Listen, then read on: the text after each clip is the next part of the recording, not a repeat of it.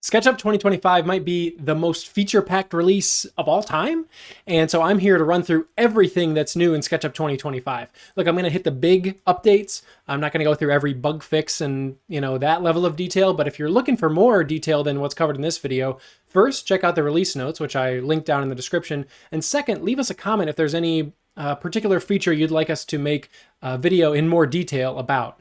And that's it. There's a lot to cover, so let's get into it. First is environments, one of the big visualization change you'll notice in SketchUp 2025. So I'll go to Window Environments here. So environments are two things. One, a 360-degree photograph that is kind of a sky dome around your model. So it's like a full panorama. And then environments also, with image-based lighting, or IBL, control the look of materials in your model. So as I flip between, you'll notice it change. And then the real magic is when you rotate that sky dome. When you rotate that, oh yeah, dial it in to the exact look you're going for. That's pretty. That is pretty. So there's a number of environments that ship with SketchUp that you can choose from. And if you don't have the exact right one you're looking for, you can always import your own HDR or EXR files. And yeah, get your model to look just like you want it right in here. So yeah, the first big change in SketchUp 2025 is environments, and they pair well with Photoreal Materials. So I'll go to Face Style, Photoreal Materials, and yep.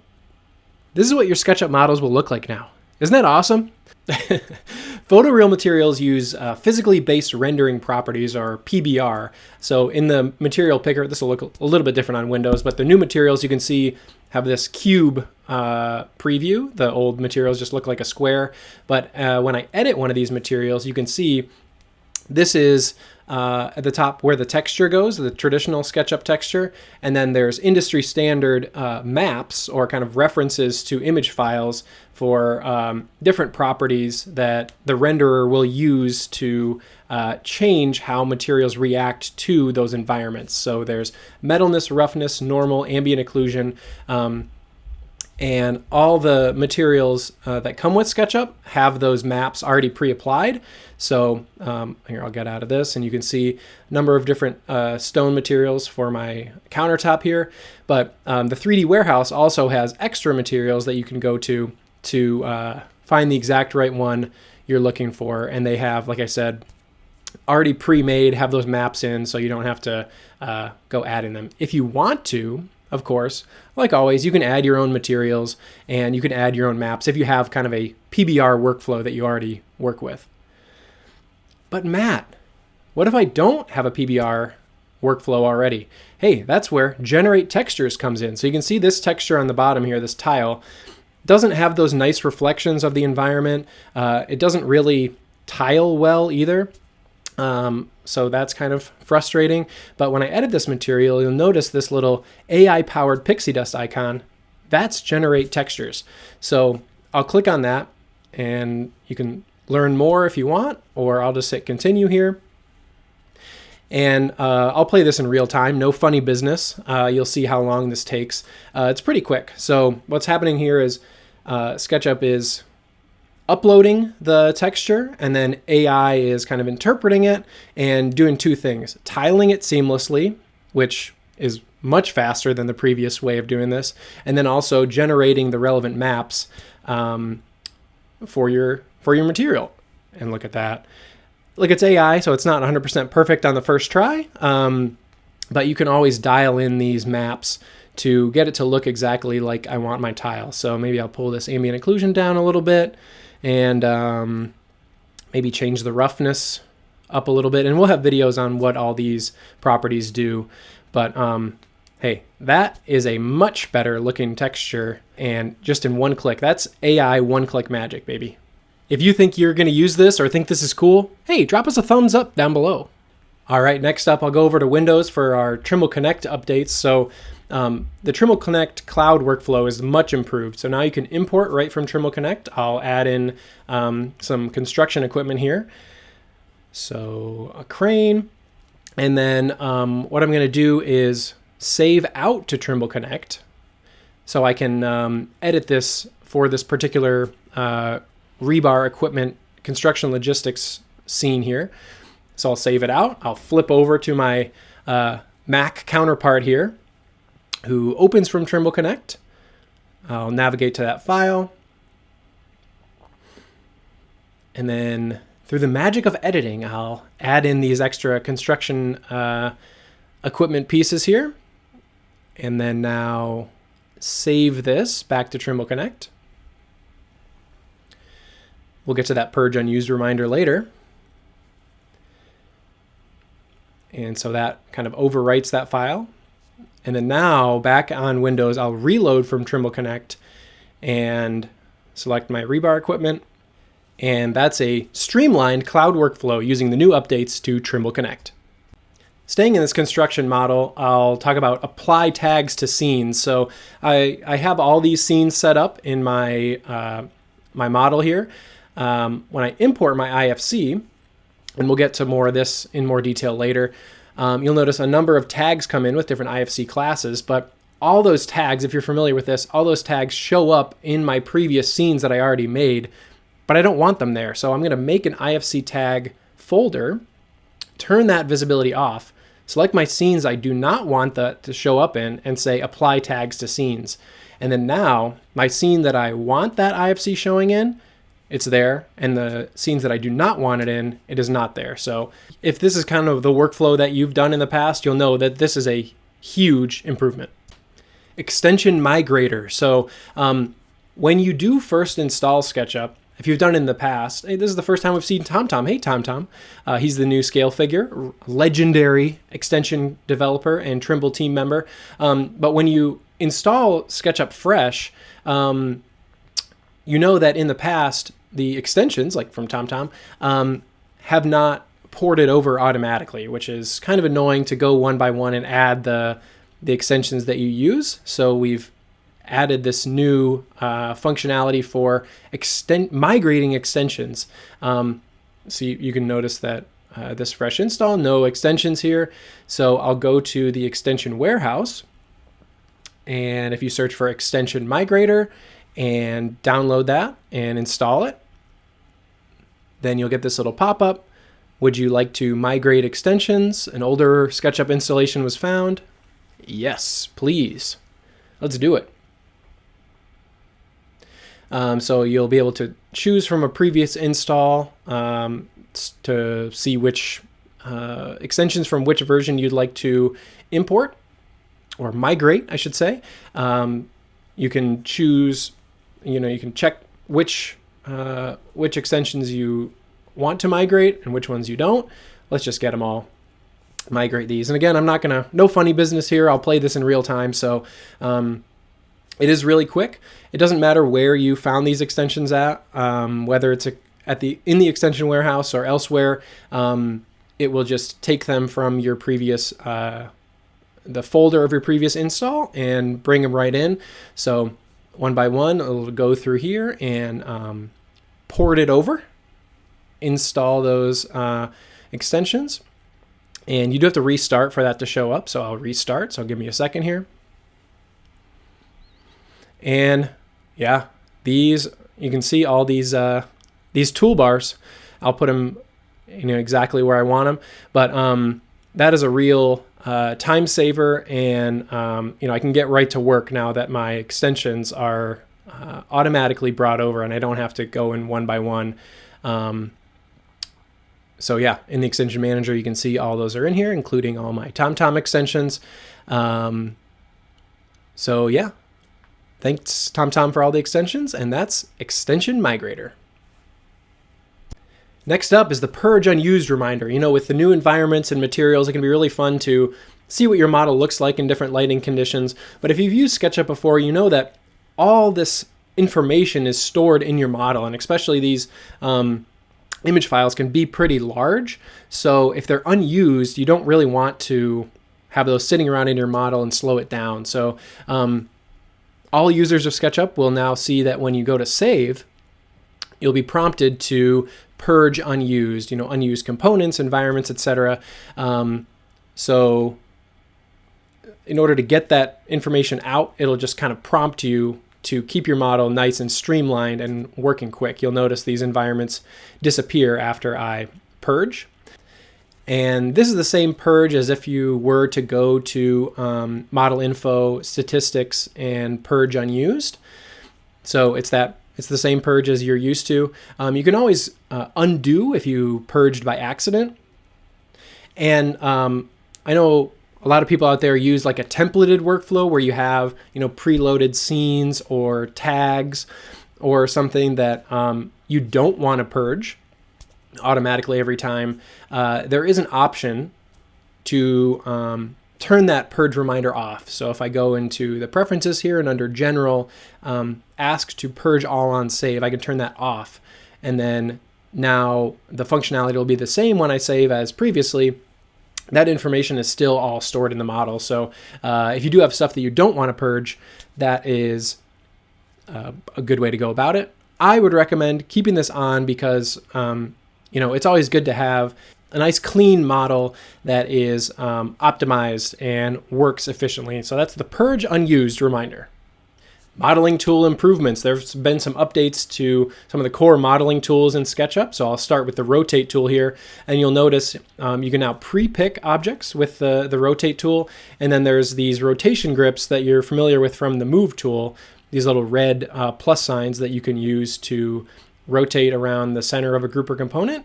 And then using this toggle modifier, I'm on Mac, so it's Command, I can cycle through the type of control points that the rotate tool can use for your center of rotation. So I'll rotate this into place. And then another update is to snaps. So snaps are custom control points in SketchUp. I'll enter this component here and right click and say add snaps.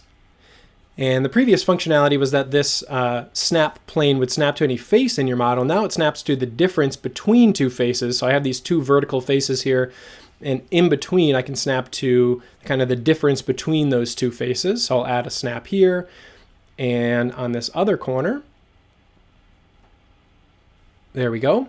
And then now when I make a copy of this little stool here with the stamp modifier, I can use those snaps to click right into place at the difference between those two faces. And another tool that got some updates is the text tool. So if you're familiar with the text tool previously, you could add a leader to a face and it would tell you the area of that face. Now the functionality is that will automatically update as the area of the face changes. So this is like auto text in SketchUp. I'll make these rooms a little bit bigger too.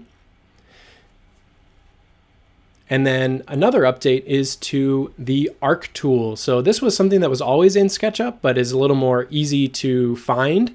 So when I go to the arc tool here and hover over a corner, you'll notice this kind of magenta, not inference, but a notification that if I double click on here, that will round that edge. And this works on interior edges too. So as long as I'm on the face, I can't be off, but if I'm on the face and double click here, that will round that. And then you can see that if I double click again, it will remove that and go back to just two edges. Pretty cool. Core modeling tool improvements. Now back over to Windows for some interoperability improvements. So there have been big changes to updates of importing and exporting IFC and importing Revit. So I'll go to this Revit file here and import it.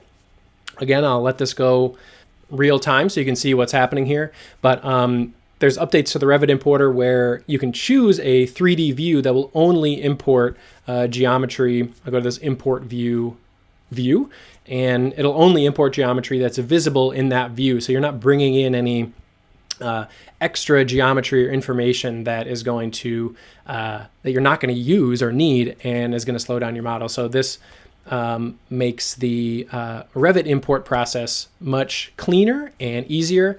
One thing too, when this does import, I'll show you there's updates to the hierarchy in the outliner. So the handling of data is improved.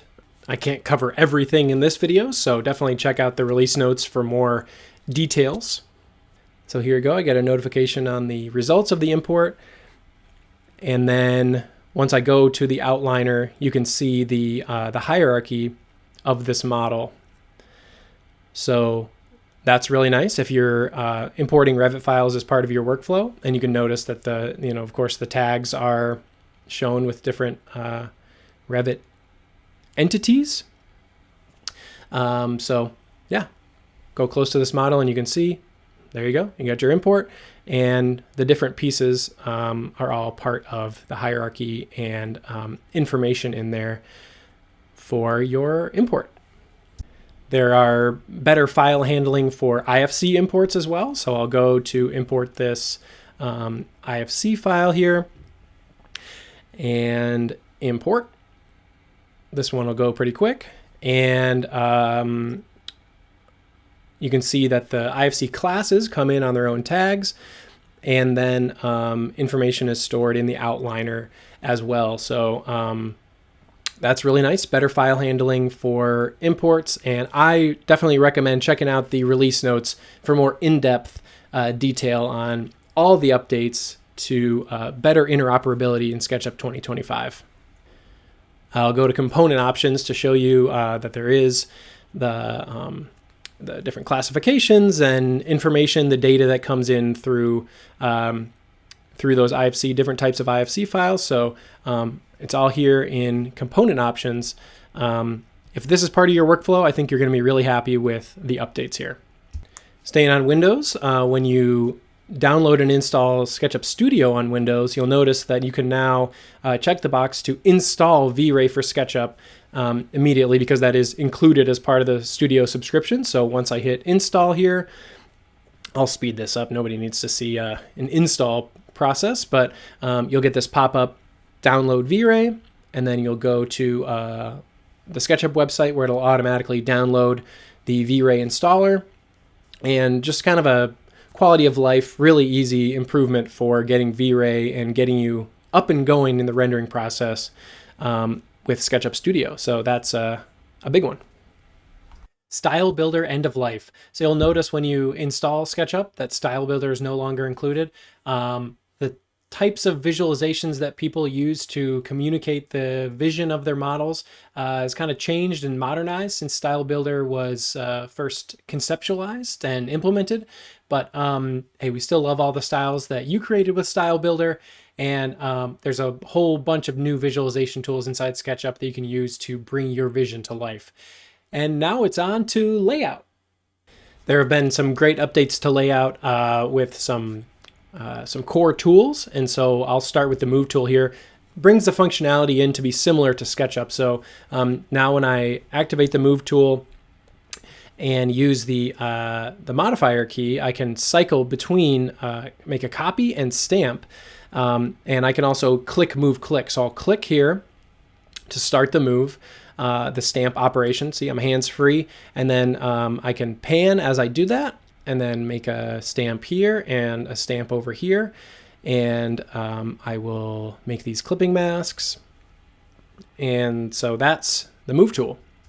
The Rotate tool also has functionality similar to SketchUp. So I'll click once to start my point of rotation, my axis, and then again to start that rotation, and then click a third time to get that in place. Perfect. Another update is to the Scale tool. So I have this little vanity scene here with my bike rack.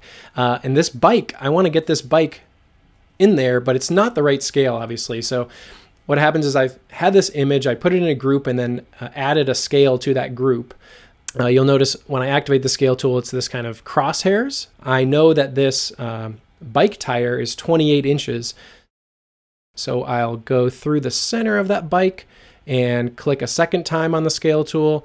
And then without hitting anything else here, I'll type in 28 inches and hit it. And now it's the exact right scale. So I can put this bike right on the bike rack. Looking good, bike. There are also updates to the Join and Split tool in Layout. So I have this simple drinking fountain DWG that I imported here. If I want to add a profile to this entire thing, I need to combine these different edges to be one continuous piece. If I wanted to make it look like SketchUp and have that outline here. So the old way of doing the join tool would have to do one piece by piece, and the more complex your geometry is, the more this can kind of be annoying to do one by one. But now with a join tool, I'll just undo back, so those are all separate pieces again. I can zoom out and select everything that I want to join, minus these two little pieces, and then hit join, and all of that will be one continuous piece automatically. So that's really nice. And split kind of worked in a similar fashion before. So I would have to go and split each of these pieces one by one. But again, similar kind of thing where if I go back and that's all one piece, now if I just select that and hit split, all those pieces will be broken out into their component parts again. So that's a nice quality of life update. And it works also on more than one entity at once. So if I select all this stuff and hit join, these connected pieces are all joined together automatically. So that's really nice. Updates to the join and split tool in layout. Zoom window. You might have noticed me slip this in on the last piece. But when I hit Z and go into the zoom tool, you'll see that the icon has changed to this zoom window icon. So I can click once to start my window, click again to end my window, and then I'll zoom in exactly to that piece. I want to find more information about this text that is just gray boxes. But it also works well with P, which is automatically going back to full page. So you can really navigate really quick. I'm going to look at this information over here. Looks good to me. P, full page. There you go. And with all these new fun visualization updates in SketchUp, we wouldn't want to leave layout out of the fun too. So I'll zoom into the SketchUp viewport, and you'll notice in the SketchUp model panel under effects, I can control a number of things. One being ambient occlusion, so I can turn on ambient occlusion on and off right here in layout without having to go back to SketchUp and update that. You'll see the nice occluded shadows showing up here. And then also my environments will show up in layout here that I can change right in the SketchUp model panel. So flip between a couple different ones to get the right lighting. That's maybe a little pink. Maybe a little too green. Okay, this one's good, but kind of a spotlight here on the court. So let's change this rotation and kind of get this a little more natural looking. There we go. Yeah, so kind of editing stuff right here in layout to get your model looking exactly like you want in your SketchUp viewports, speeding up your work and taking full advantage of those new visualization properties. Exporting and printing from the Pages panel. So this is a nifty little update that just makes things a little more intuitive. I have a number of different pages on this simple layout doc here, but I can now select a certain number of pages that I want to export and just hit export. I'll back out of that, but so I can select just a single page, or I can select multiple and do it right here from the Pages panel without having to go to File, Export. So that's nice. I can do everything all at once from here. Just a nice little quality of life update for exporting and printing from the Pages panel. Okay, those are the big things. Like I said, check out the release notes for more detail on everything. And if there's anything that you want a full video on, just a dedicated deep dive, DDD, that's what we call it here, video on any particular piece of this new release, let us know in the comments down below, please. And that's all I have for you today. So take it easy.